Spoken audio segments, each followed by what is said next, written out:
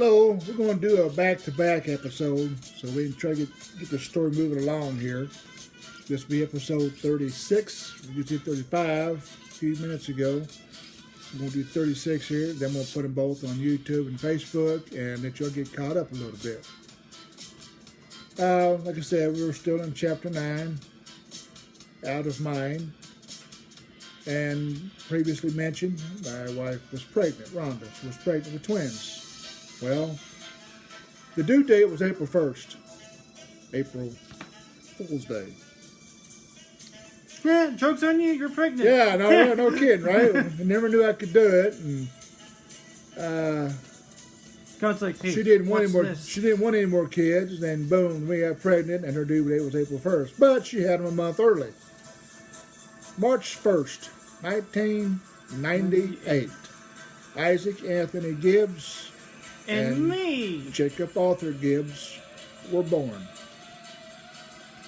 I have been brought into existence.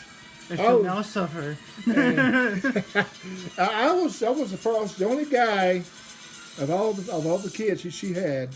I was the only man that was ever inside the birthing room at the time of conception. And because the others either freaked out and got kicked out or were no-shows. But I was in there, and I was behind her with her head and I was behind her holding her head up with my arms, my waist, so she had push. He held it up with his belly. And I was expecting a big dramatic. No, this was a professional baby spitter.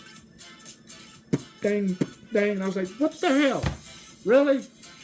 I was expecting a big dramatic scene, and she's talking about like two. I almost fell out. Apparently, two chunks of spitting tobacco. Oh, there's another one. Oh, there's another one. Oh, there's another one. However, there was a little bit of drama. There was a little bit, like he was just saying, he almost fell on he almost got knocked, he was almost dropped. Here's why. I have a big fat head. Isaac came out relatively easily. He was the first one. And it took a few minutes to get Jacob into the canal and get him out. Isaac's was a little bit smaller. It was like 5.5 pounds or something like that. Jacob, however, was just over 6. And his head was a little bit bigger. I was a big boy. When he got into the canal, his head got kind of crammed in the vaginal area. So the doctor said, lift her up a little bit and push forward, and help her push the second twin out. And when I pushed her up, she squeezed and outshot Jacob like a rocket. And the doctor almost dropped his ass. Hello, world. Shot her like a football. She finally caught him. She was like, but almost dropped him on his keister. Right out of the chute, But other than that, it was, Sometimes I think they did. They just covered it up.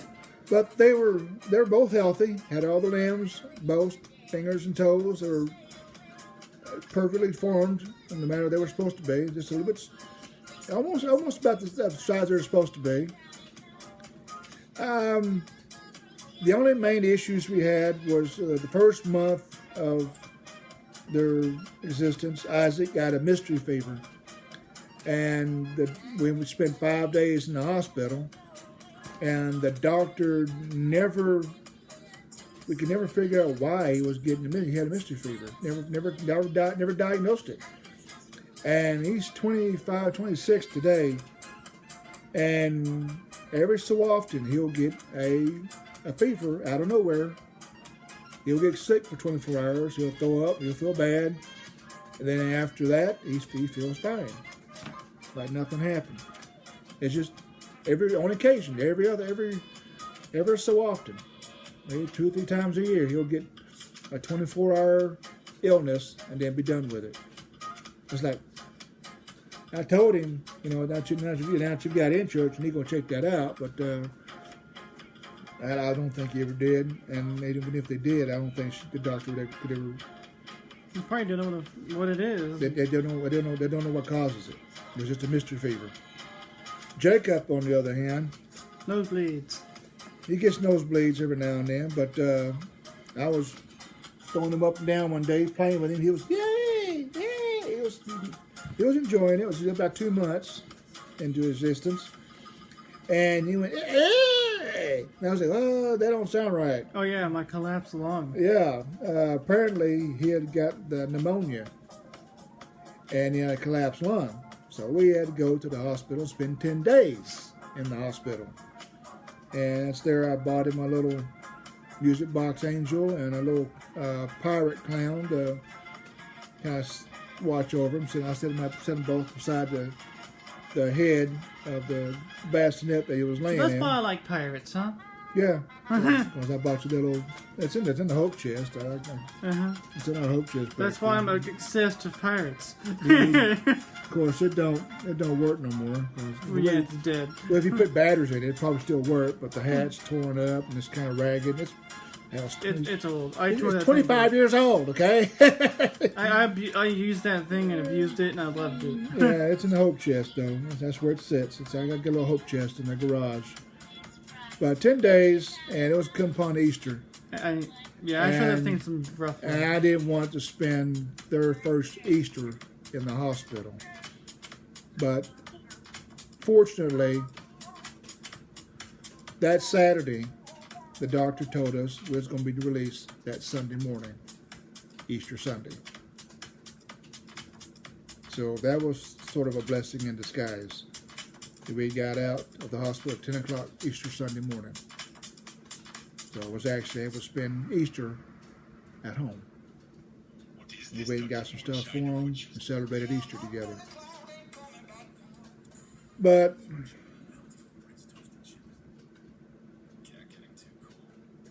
they say having kids of your own, it changes you. It changes your whole complexion on life. It changes your whole persona. It changes your whole outlook. They grab a hold of you and they don't let go. And that's exactly what happened. These two grabbed a hold of my heart and they hadn't let go since. And of course, the 4 stepchildren that I had, that I still have. I love them to death.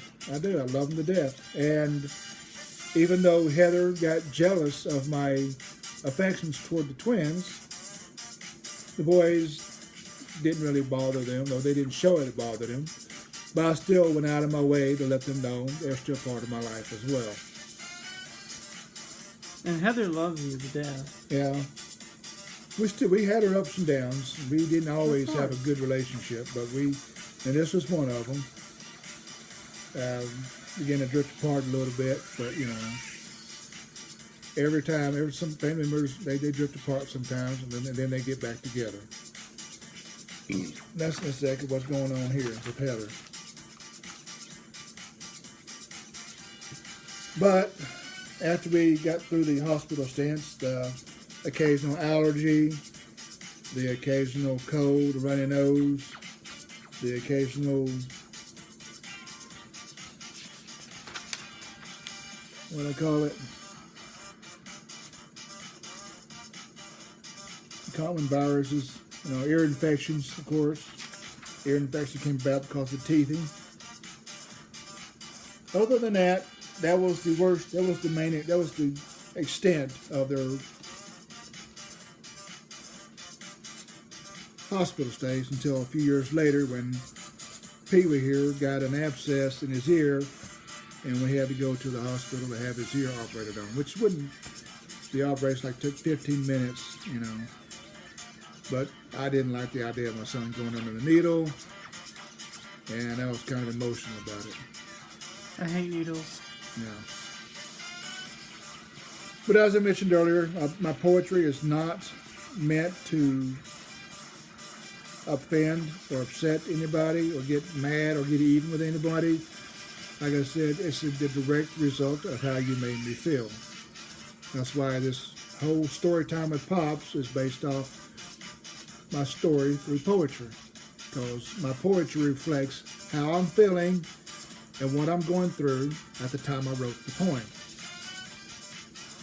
And this is one of them. And this poem I wrote, Rhonda saw it, got pissed off about it, started to fight with me over it. It's my poem. It's my writing. You don't like it, don't read it. You don't want to, you don't appreciate it, then so be it. It's my writing. It's how you made me feel, and I'm not going to hate it.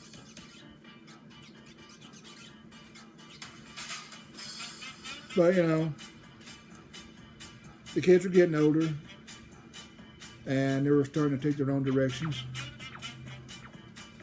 And eventually, some of them would end up eventually leaving the house. Chris is going to be the first two. Something's going to happen with Heather here in the next few segments that's going to change things for sure.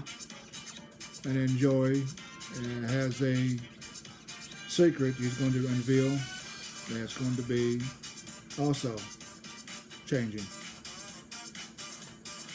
But the twins, the first few months, this was, getting used to raising babies. I raised 4 kids, but they're already past babyhood. This is the first time raising 2 babies. And a lot of times it was on me to take care of them because, like I said, she was spending so much time at work. She was doing her best to stay away from me. And I would be having to take care of not just the 4 kids now, but the twins as well. So there's not a whole lot of room for me to calm down or relax or wind down. And so we got into a big fight, and I wrote this poem, and she took offense to it. And I said, there's no offense to be taken. This is like anger and frustration being let out. What would you rather me do? Come up and take my anger out on you? Or write it down on a piece of paper and let it go? Personally, I'd just rather write it down, let my emotions show that way instead of physically assaulting somebody and hurting somebody. Bo, here we go. War of the Minds. That's a short poem. I'd say, looks like 5 stanzas. Iambic pentameter poem. And here's how it goes. War of the Minds. Standing here with everything I've got, firm and strong, for I will not fall. Outmanned, outgunned, overpowered, but still I will not be beaten. You have more speed, more agility, a better reach, but I will defend against thee. So the challenge you have made, to finish it, you so desire it. Standing here, waiting for your attack. The coffin is ready. The grave is dug.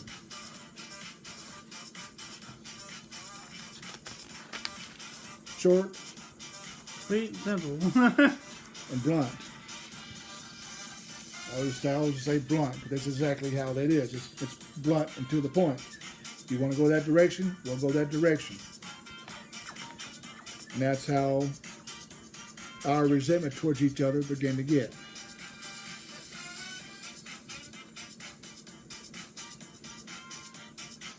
The fighting, of course, it just continued to filter in. And we needed to escape a little bit. And it was a trip 2 years in the making. And we finally made a reality. It was a trip to Branson, Missouri, to Silver Dollar City. The twins at this time were like, I'm going to say 3, 4.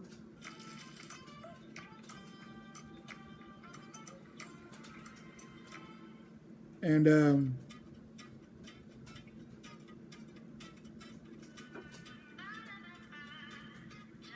we went to Silver Dollar City and we spent 3 days there. And I was left in charge of maintaining the twins while Rhonda watched everybody else. The 2 older boys went and done their own thing, while Joy and Heather stuck by their mother's side. Now the twins had outrageously grown the 3-4 years we've had them, they have gotten to. They begin to get personalities. Yeah, just a little bit. And they, and of course, you know, when they were in their strollers, Rhonda left the doors open one time, and I was at work. We'll get back to this right here. I'm gonna tell you some baby stories. We did take a blackmail picture of them both in the swimming pool, butt naked. The little wee wees hanging out there. I think Rhonda's got the picture. I think I may have it somewhere. I don't remember. That's a blackmail picture. Go to their girlfriends. Hey, check this out. This is Isaac, by the way. This is Jacob. Ooh, see little wee wee.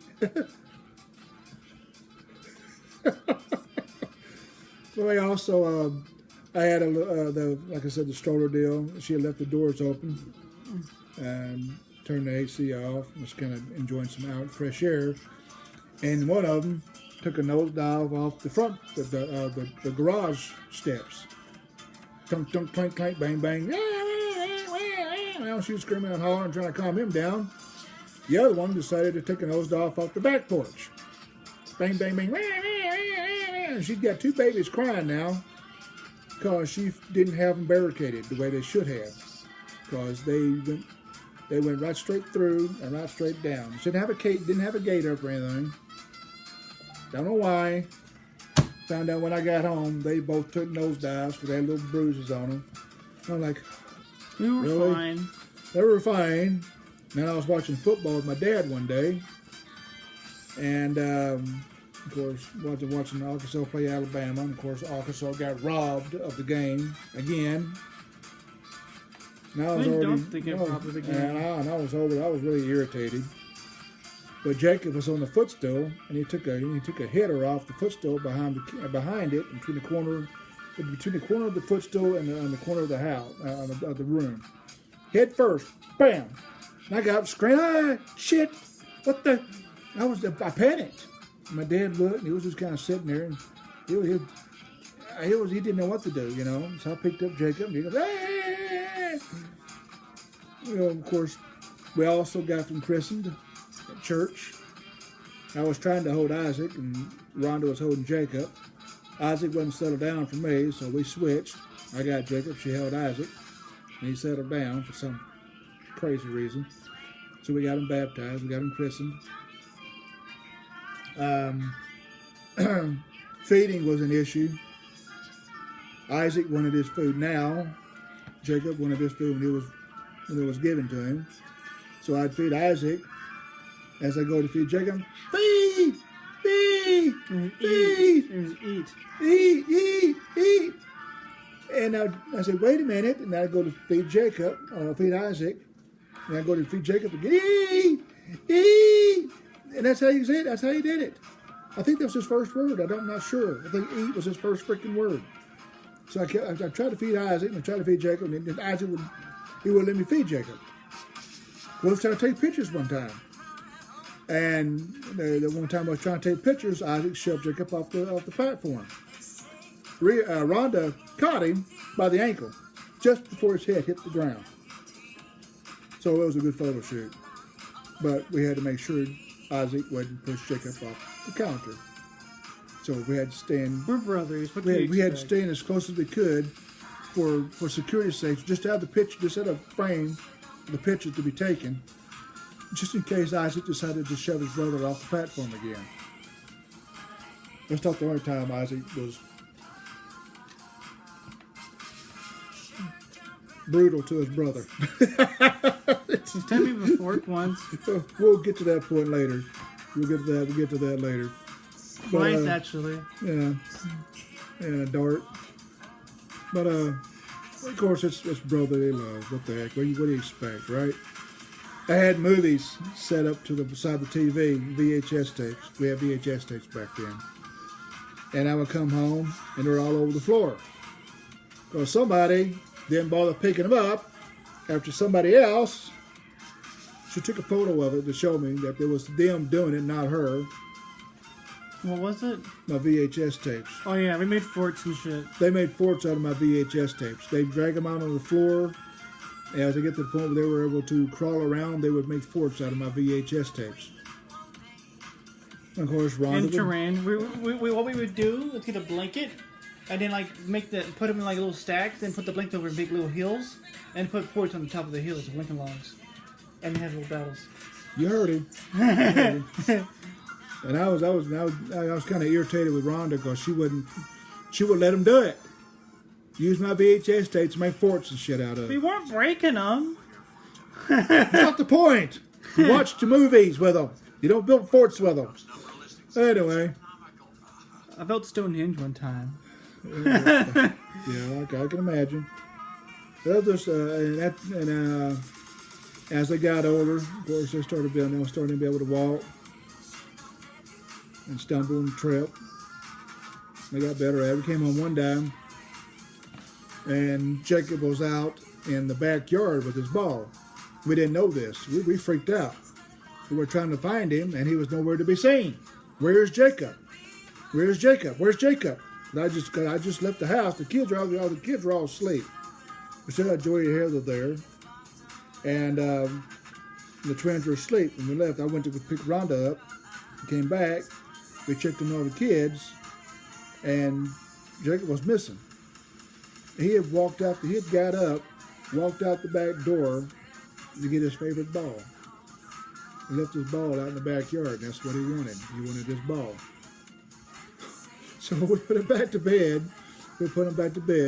With his ball, and he went straight to sleep.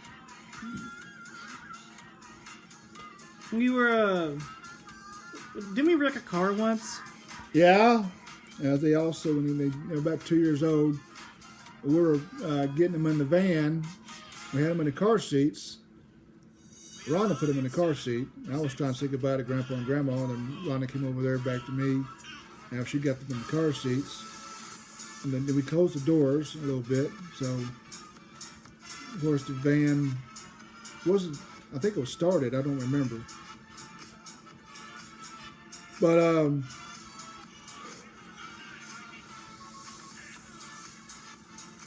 apparently, they had gotten out of the car seats, and Jacob was bouncing around the passenger seat, and Isaac was bouncing around the steering wheel, and they hit the gear shift, and off the fucking van went down the hill. They couldn't hit the gas pedal. They couldn't get the gas pedal. But fortunately, the hill was kind of small, and there was a tree there, so they tapped the tree, and they went flying back and forth. And this didn't hurt them.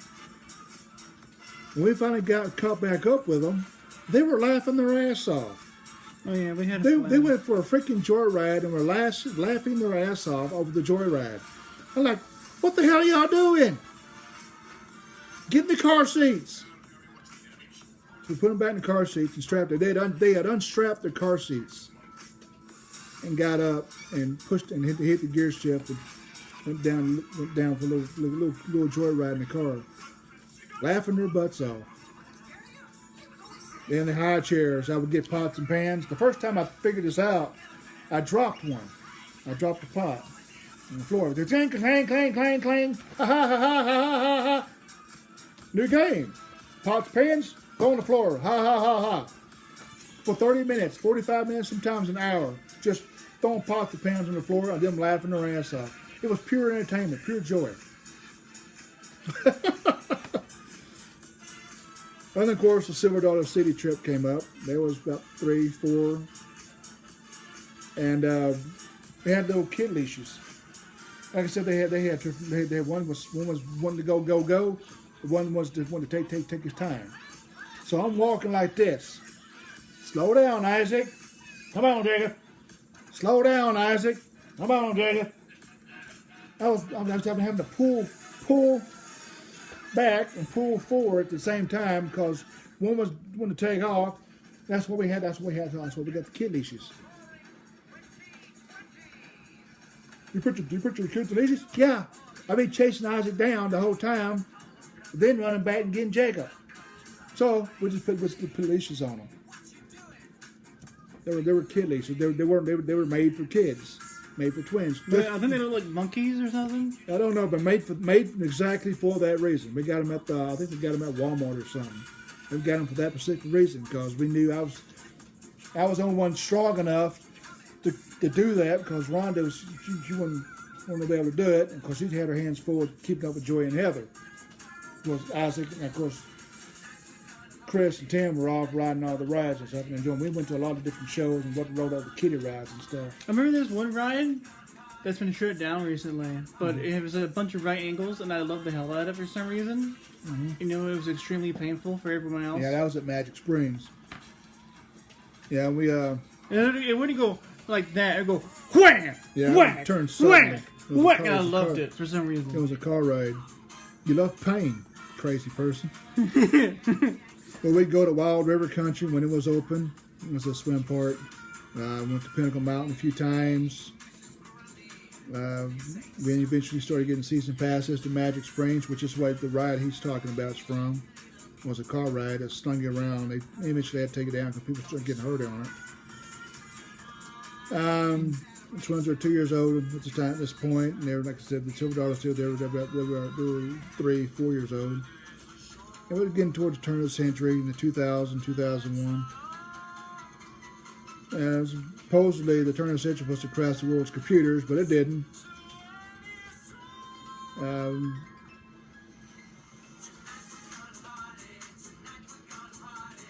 of course, everybody thought Christ was coming, but nobody knows when Christ is coming. I mean, one person does, and that's Christ. That's Christ himself.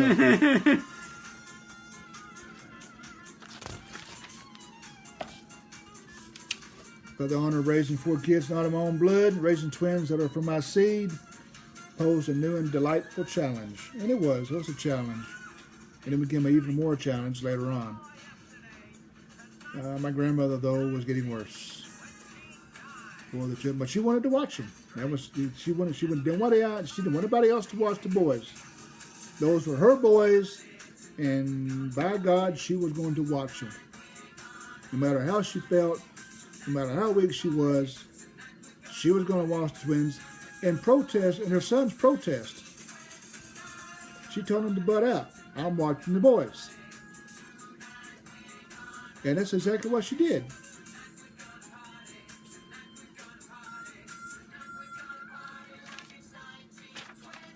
So I wrote a poem about them.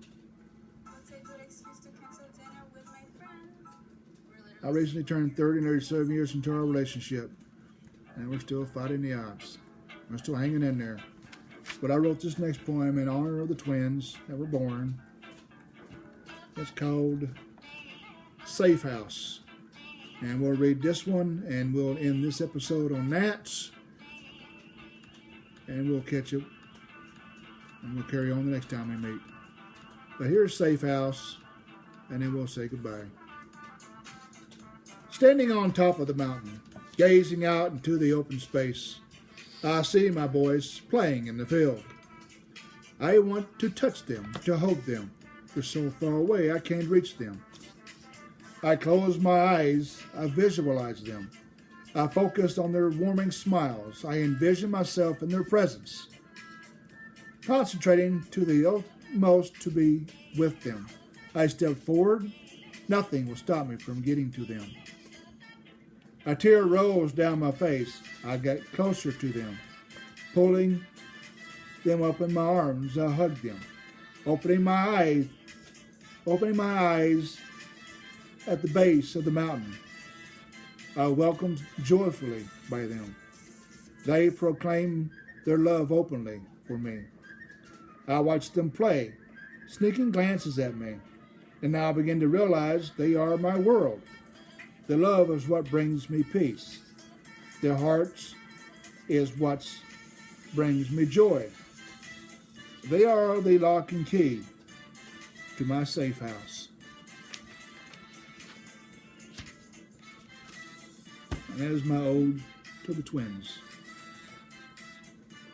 And with that, we say adieu. Until next time. And adios. Adios from Jacob himself. Take care.